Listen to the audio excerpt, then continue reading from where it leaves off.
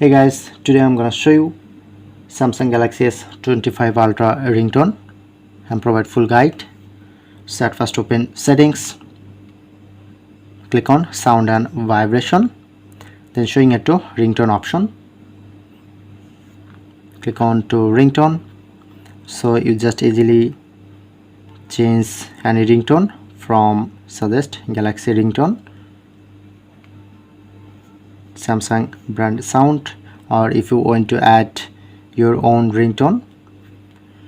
So at first open my file, press on to audio. So look here, so I'm just use this song in my ringtone. So open settings, sound and vibration, ringtone, click on to plus option and just select this and press on done.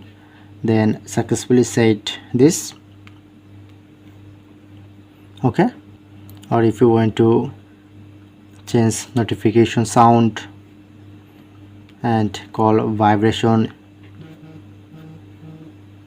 or anything, so that's it. That's how you can do it.